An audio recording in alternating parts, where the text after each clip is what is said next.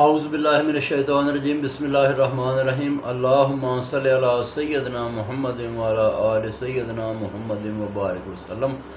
اچھا جی، کل بات ادھر تک پہنچی تھی کہ حضرت زکریا علیہ السلام نے جب حضرت مریم کے پاس بے موسم پھل دیکھے تو انہوں نے کہا کہ یا اللہ، میری عمر تو گزر چکی ہے، ہم میاں بیوی دونوں بوڑھے ہو چکے ہیں، لیکن اگر تو چاہے تو ہمیں اس بے موسم یعنی کہ اس بڑھاپے کی عمر میں بھی ہمیں اولاد دے سکتا ہے، اور میری دعا ہے کہ مجھے ایک وارث عطا کر جو کہ میرے دین اور میری دنیا کا وارث بنے، ورنہ میرے رشتہ دار کوئی اچھے لوگ نہیں ہیں۔ تو اللہ تعالیٰ فرشتہ آیا، اس نے کہا کہ اے اللہ کے نبی، اے زکریا، تجھے ہم بشارت دیتے ہیں ایک لڑکے کی، اس کا نام ہوگا، بچے کا نام ہوگا یا تیرے بیٹے کا، اور برگزیدہ ہوگا،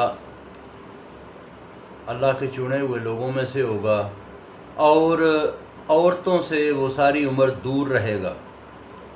تو جب حضرت زکریا نے اپنی بیوی کو بتایا تو بیوی بڑا ہنسی، بیوی نے کہا یہ کیسے ہو سکتا؟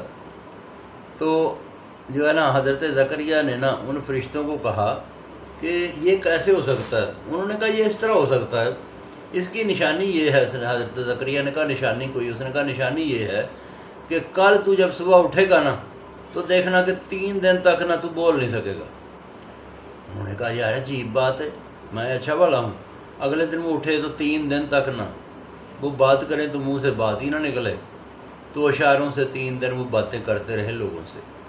تو اس طرح سے حضرت زکریا کو اللہ تعالیٰ نے حضرت یحییٰ علیہ السلام عطا فرمائے۔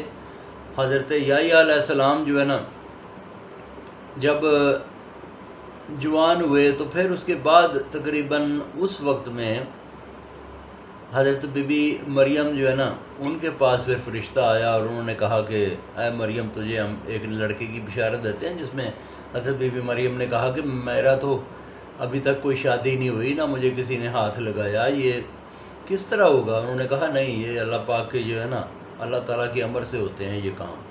تو حضرت عیسیٰ علیہ السلام دنیا میں آئے۔ تو باقی پھر سناؤں گا جی، بہت شکریہ۔